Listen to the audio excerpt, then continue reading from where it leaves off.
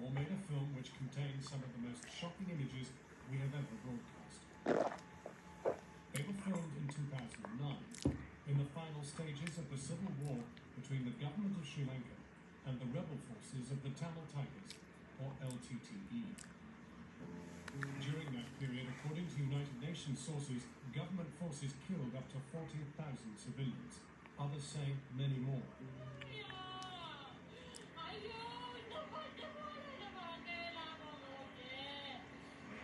Our film presented evidence of atrocities by both sides, but its most disturbing finding was of a series of war crimes perpetrated by victorious Sri Lankan government forces. These included the shelling of civilians and hospitals in what were supposed to be no-fire zones, and evidence too of sexual assaults on female fighters.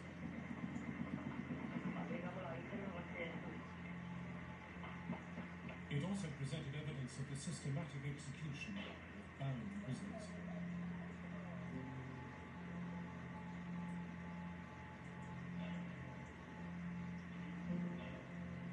The film was shown to world leaders and diplomats at special screenings from Geneva to New York, and was broadcast on television stations around the world. It was an extremely powerful program, and it refers to some very worrying events, and we need to make sure we get to the bottom of what happened.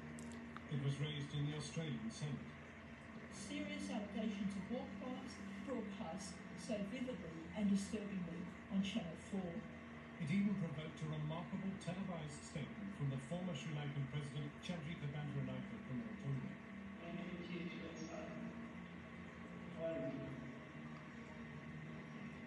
Sobbing on the wall, to say how ashamed he was to call himself a Sinhalese and Lankan after seeing the killings of Sri Lanka. Our film showed both specific evidence of war crimes and the terrible suffering of a people who had been failed by the international community. It ended with a question: would those people now get justice? Would the war crimes committed against them be investigated and those responsible brought to account? So far, that has not happened. So, in this follow-up film, we present new evidence of war crimes and investigate who was responsible. An investigation which points to the highest levels of the Sri Lankan government.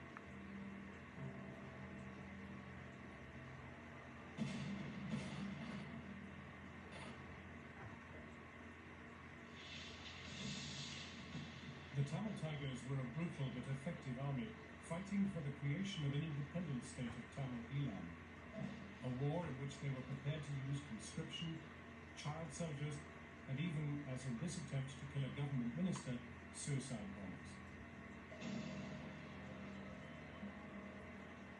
In our first film, we recorded how in the final months, government forces drove the Tigers and hundreds of thousands of Tamil civilians into an ever smaller area in the northeast, the killing fields of Sri Lanka.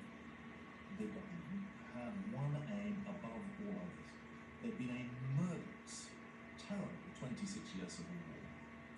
And come hell or high water, they were going to eliminate the LTTE as a potential terrorist force. They were not going to let anybody stop them do that, either the international community, the media, or the fear of humanitarian issues or civilian casualties. And that's the way it worked out. The people in charge of this operation today remain the two most powerful men in Sri Lanka, the Defence Minister, Vaya Rajapaksa, and his brother, the President, Mahinda. It was they who oversaw the war, and they who rejected all calls for international investigation into the allegations of war crimes. It is not for outsiders to impose their values or their judgments on Sri Lanka. Instead, they insisted that they were conducting their own inquiry, ordered by the President himself. It was called the Lessons Learned and Reconciliation Commission, or the LLRC. And this, they said, would be enough to answer the allegations. At the end of last year, the LLRC report was finally published. This is it. It concedes that a considerable number of civilians died, a fact denied until now by the government. It also expresses concern over several issues, including the large number of Tamils detained, who have since disappeared. But its most remarkable feature is what it omits. It fails to properly address the extensive evidence of war crimes by government forces, and it specifically denies that any civilians were knowingly targeted. As a result, it fails to identify anyone responsible. So in this film, we shall focus on 4 specific case histories.